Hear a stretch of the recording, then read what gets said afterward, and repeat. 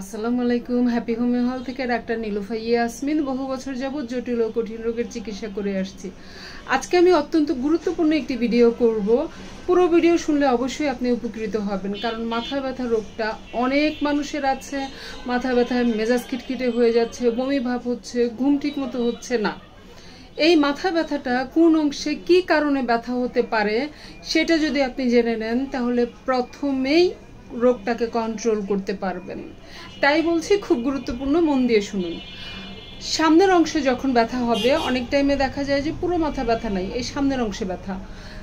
খুব ভালো করে খেয়াল করলে দেখবেন যে তখন আপনি প্রচণ্ড মানসিক স্ট্রেসে যাচ্ছেন, মানসিক চাপে আছেন, আপনার ঠিকমতো ঘুম হচ্ছে না, তখন আপনার সামনের অংশে ব্যথা হচ্ছে। মাথার উপরে যদি ব্যথা হয়, একটু খেয়াল করবেন, ডিহাইড্রেশন হচ্ছে, আপনি পর্যাপ্ত পানি খাচ্ছেন না, তখন আপনার পর্যাপ্ত পরিমাণ পানি খেতে হবে, লেবু পানি খাবেন। মাথার পিছনের অংশে যদি ব্যথা হয়, তখন বুঝতে হবে আপনার নেক স্টিফনেস হয়েছে, ঘাড় মুভমেন্টে প্রবলেম হচ্ছে, তখন আপনার ঘাড় মাসাজ করতে হবে। আর ঘাড়ের কিছু ব্যায়াম আছে, খুব চমৎকার কাজ করে এই ব্যায়ামগুলো করলে। ঘাড়ের ব্যায়াম করবেন। আর ব্যথার জন্য হোমিওপ্যাথিতে কিছু চমৎকার ওষুধ আছে, আপনার নিকটস্থ একজন ডাক্তারের কাছে যাবেন।